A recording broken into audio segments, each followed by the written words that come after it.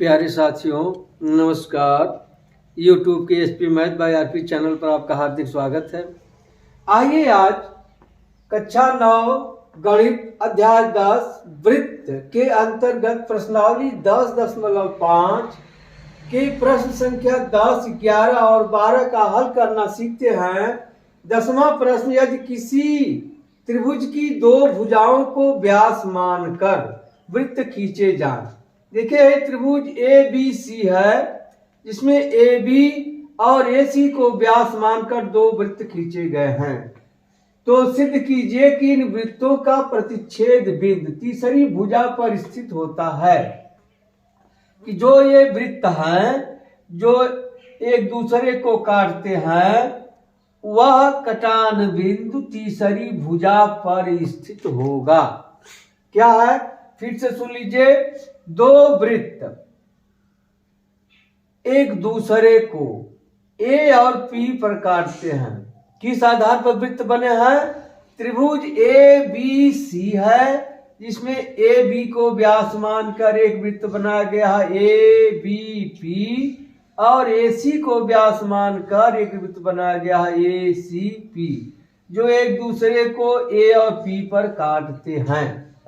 तो हमें सिद्ध करना है कि बिंदु P रेखा BC पर स्थित है। तो आइए देखते हैं। प्रश्न संख्या 10 है। माना, देखिए इसलिए माना जा रहा है कि आपने इसमें नाम नहीं दिया है। त्रिभुज ABC है, PQR है, कुछ नहीं, तो हम मान ले रहे हैं। माना ABC एक त्रिभुज है। ABC एक त्रिभुज है जिसमें AB और AC को व्यास मानकर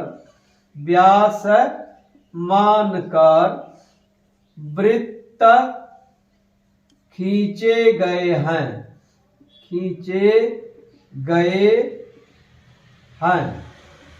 जो एक दूसरे को A और P पर काटते हैं। तो हमें सिद्ध करना है कि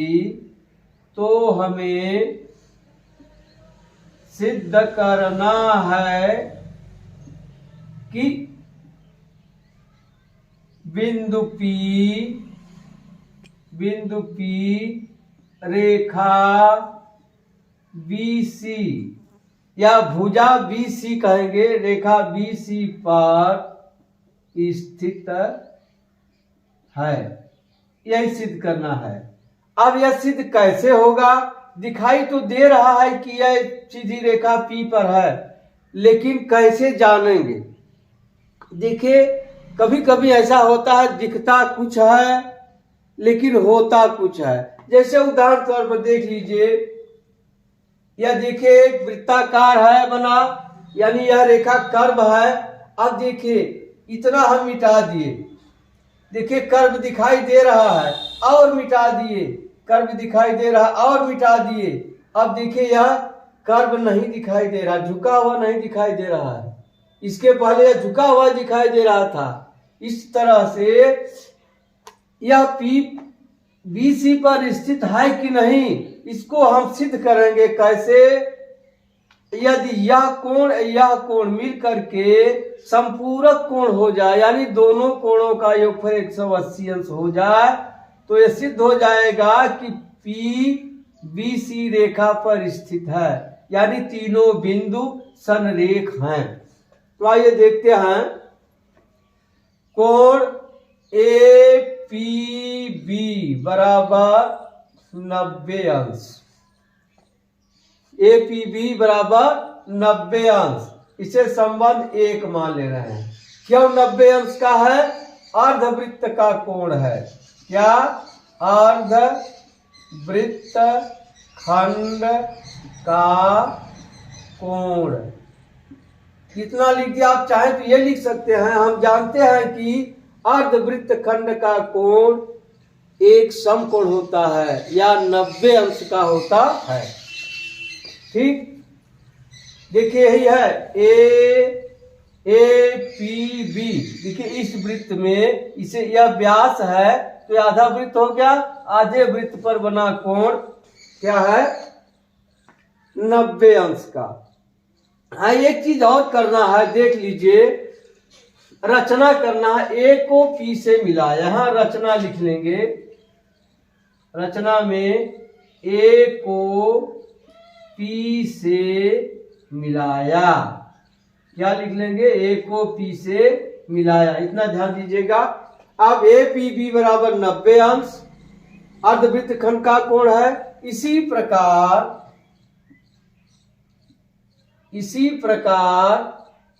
कोण ए पी सी बराबर 90 अंश, इसे 2 मान लीजिए। यह भी क्या है? देखिए इस वृत्त के यह भुजा व्यास मानकर वृत्त बनाया गया है, यह व्यास है तो अर्धवृत्त है, तो अर्धवृत्त खंड का कोण क्या लिख देंगे? अर्धवृत्त खंड का कोण। अर्धवृत्त खंड का कोण हो गया। यह देखिए 90 अंश हो गया और यह भी 90 अंश हो गया। अब दोनों को जोड़ दीजिए, क्या?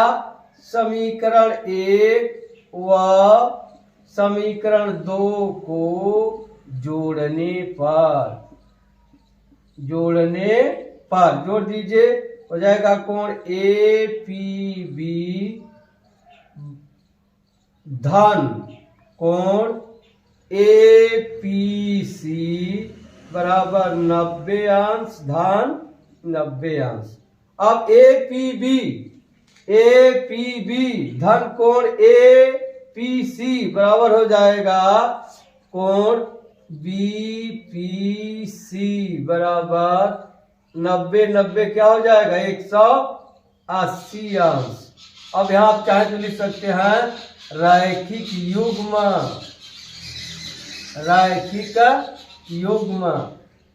अतः बिंदु P रेखा BC पर स्थित है। या लिख सकते हैं, या आप लिख सकते हैं B, P और C संरेख हैं। क्या? संरेख हैं। अब देखिए आपके सवाल में क्या पूछा है? किसी त्रिभुज की 2 भुजाओं को व्यास मानकर वृत्त खींचे जाएं तो सिद्ध कीजिए कि इन वृत्तों के प्रतिच्छेद बिंदु तीसरी भुजा पर स्थित हैं। अब आप लिख सकते हैं इससे सिद्ध होता है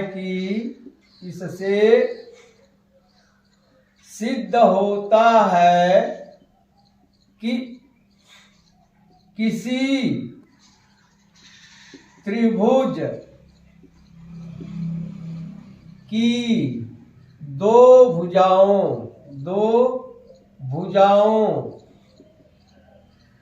को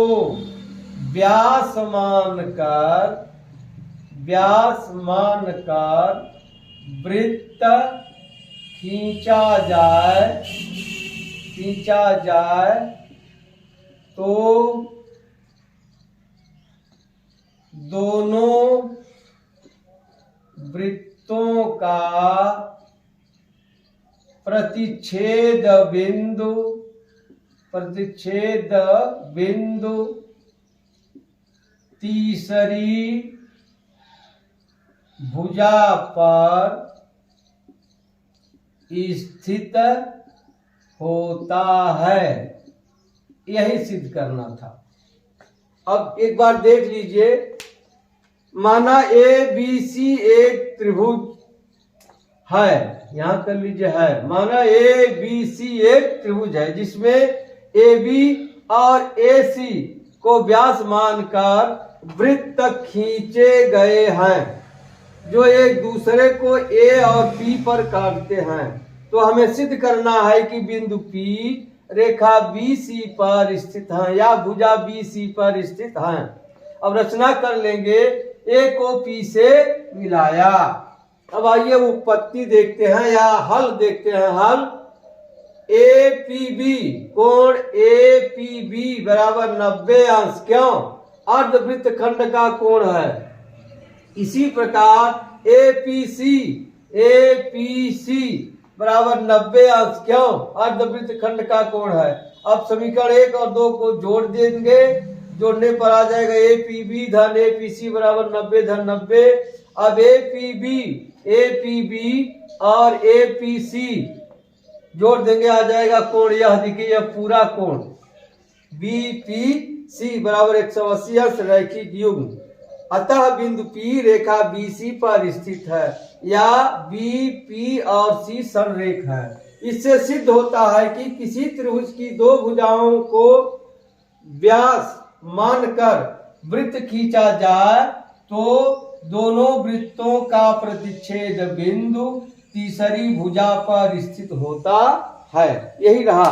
अब आइए अगला प्रश्न देखते हैं। 11वां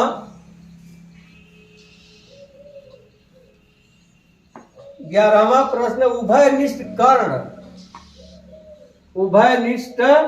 कर्ण AC वाले उभयनिष्ठ कर्ण AC वाले दो समकोण त्रिभुज ABC और ADC हैं। देखिए यही है, दो समकोण त्रिभुज हैं ABC और ADC, दोनों का कर्ण उभयनिष्ठ है, AC है। सिद्ध कीजिए कि CAD, क्या सिद्ध करना है? सिद्ध कीजिए कि CAD, कौन सा कोण? CAD, देखिए यह कोण सिद्ध करना किसके? CBD, इस कोण के बराबर सिद्ध करना है। कैसे सिद्ध होगा? आइए देखते हैं क्या है। हाँ, प्रश्न नंबर 11 है। अब दिया है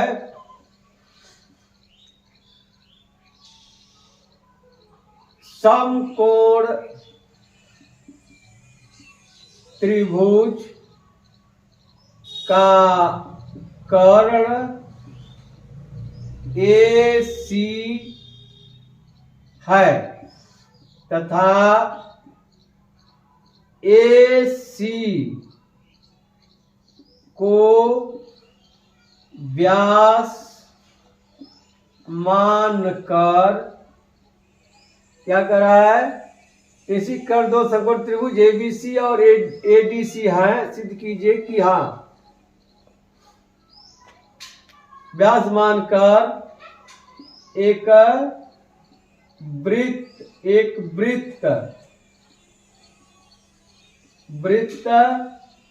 खींचा गया है। ठीक, दिया है समकोण त्रिभुज का कर्ण AC है तथा AC को व्यास मानकर एक वृत्त खींचा गया है।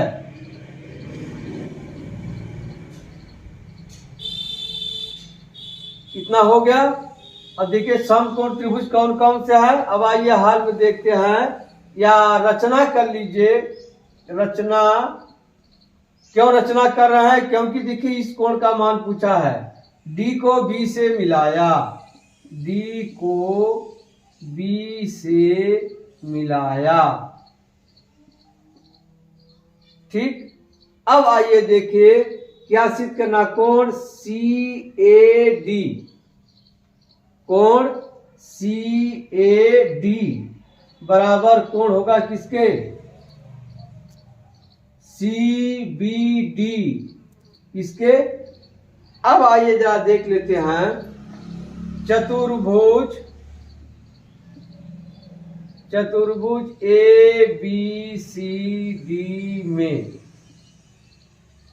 कोण ए बी सी, कोण नहीं त्रिभुज, त्रिभुज ए बी सी समकोण त्रिभुज है, समकोण त्रिभुज है जिसमें कोण ए बी सी बराबर 90 अंश, ठीक। और त्रिभुज ए डी सी में कोण ए डी सी बराबर 90 अंश है, दिया है, ठीक है। आप चाहें तो लिख सकते हैं इसको, दिया है। अब यहां लिख देंगे कोण ए बी सी और कोण ए डी सी चतुर्भुज के सम्मुख कोण हैं, सम्मुख कोण हैं। अब इन दोनों को आप चाहें तो जोड़ दीजिए, किसको, इसको और इसको, या जोड़ दे रहे हैं कोण ए बी सी धन कोण ए डी सी बराबर हो जाएगा 90 धन 90 बराबर क्या आ जाएगा 180 अंश। क्या, कोण ए बी सी धन कोण ए डी सी बराबर आ गया 180 अंश। देखिए यहां लिखा है सम्मुख कोण है, अतः ए बी सी डी चक्रीय या वृत्तीय हैं, ए बी सी डी चक्रीय या वृत्तीय हैं। जब यह वृत्तीय या चक्री हो गए तब क्या लिख दिया जाएगा, कोण सी ए डी बराबर कोण सी बी डी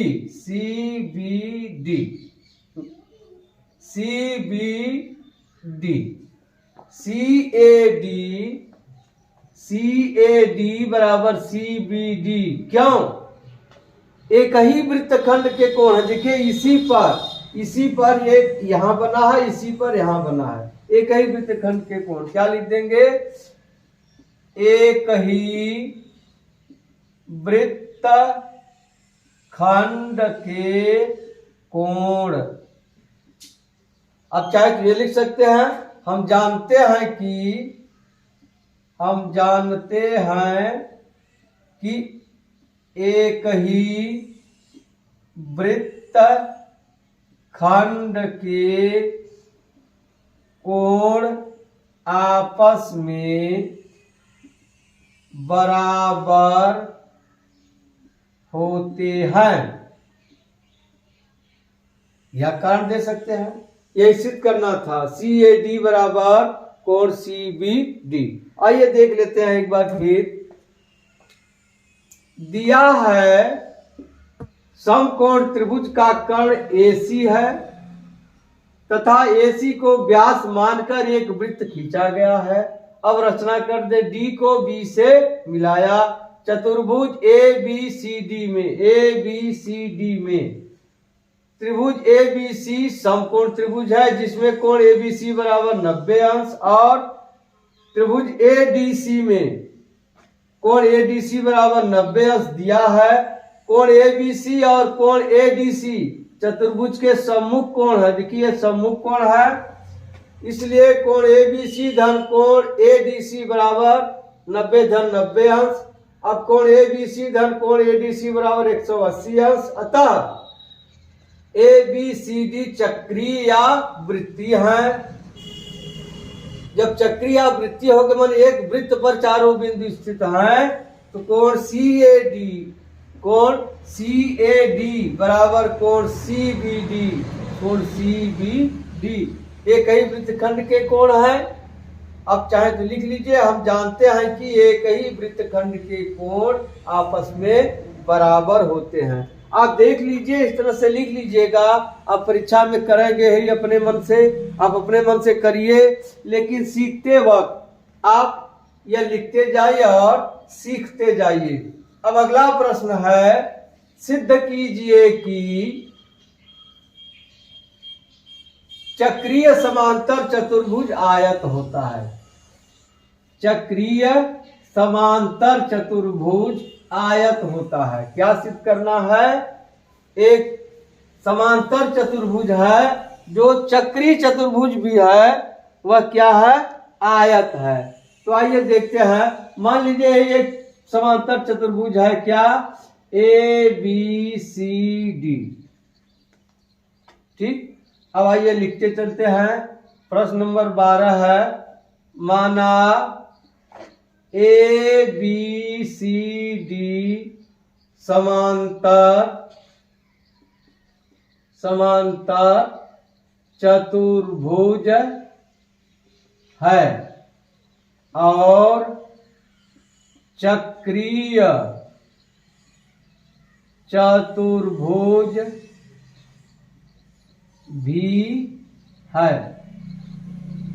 इसलिए जब यह चक्रीय चतुर्भुज है तो सम्मुख कोण आपस में क्या होंगे? एक दूसरे के समपूरक होंगे, यानी कोण ए धन कोण सी बराबर होंगे 180 अंश।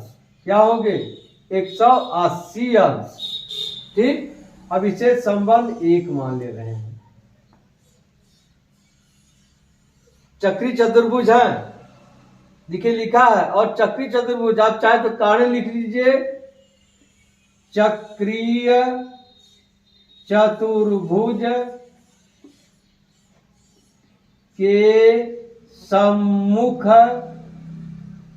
कोणों का योग 180 अंश होता है। आप इसको जानते रहिए। यह हो गया। अब क्या है? दिया है, क्या दिया है? ए बी सी डी समांतर चतुर्भुज है। क्या? समांतर चतुर्भुज है। जब समांतर चतुर्भुज आमने सामने के कोण बराबर होंगे, कोण ए बराबर कोण सी। अब चाहे तो लिख लीजिए, हम जानते हैं कि समांतर चतुर्भुज के सम्मुख कोण बराबर होते हैं।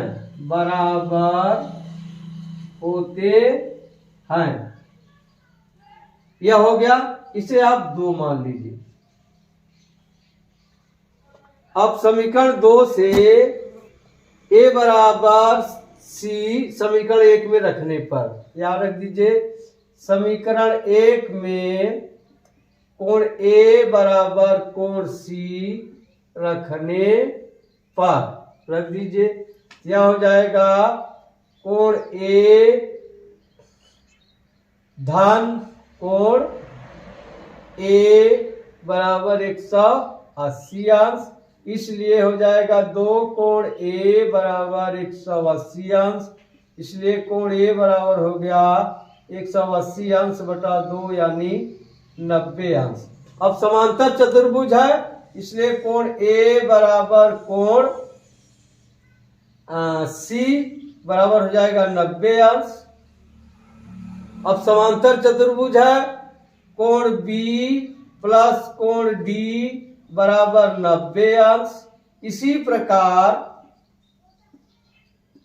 प्रकार कोण बी बराबर कोण डी बराबर 90 अंश।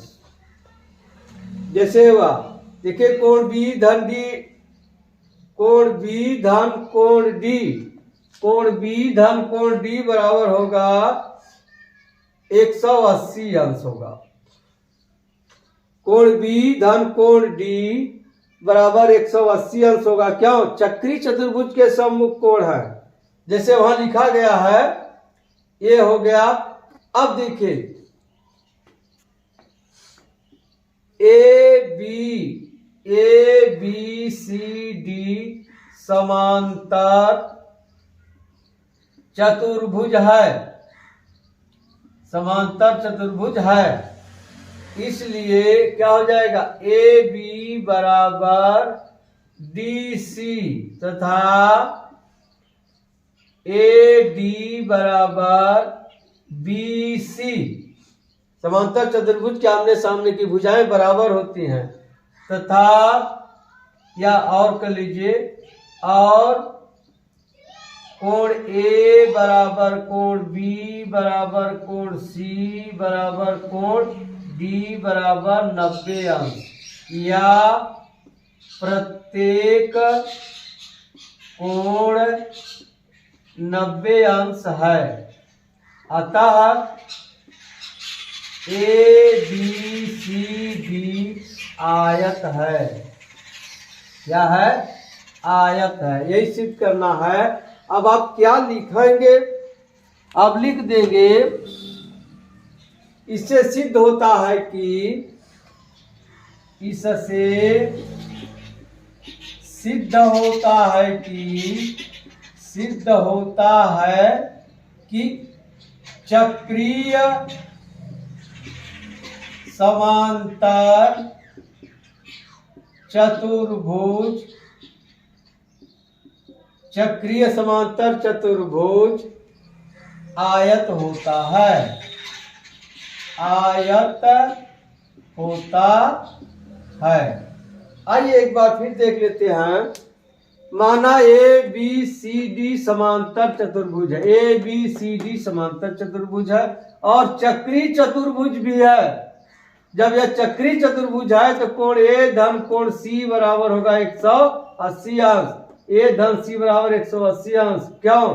चक्री चतुर्भुज के समूह कोणों का योग 180 अंश होता है। दिया है ए बी सी डी समांतर चतुर्भुज है, इसलिए कोण ए बराबर कोण सी के। क्यों? हम जानते हैं कि समांतर चतुर्भुज के सम्मुख कोण बराबर होते हैं। अब समीकरण 2 से, समीकरण 1 में कोण ए बराबर कोण सी रखने पर हो जाएगा कोण ए धन कोण ए बराबर हो जाएगा 180 अंश। इसे 2 कोण ए बराबर 180 अंश, कोण ए बराबर 90 अंश। अब कोण ए सी के बराबर है, कोण ए बराबर कोण सी बराबर 90 अंश। इसी प्रकार है कोण बी धन डी बराबर 180 अंश, बी धन डी बराबर 180 अंश चक्री चतुर्भुज के सम्मुख कोण है। और कोण बी बराबर कोण डी समांतर चतुर्भुज, समांतर चतुर्भुज के सम्मुख कोण बराबर होते हैं, तो बी बराबर डी बराबर 90 अंश।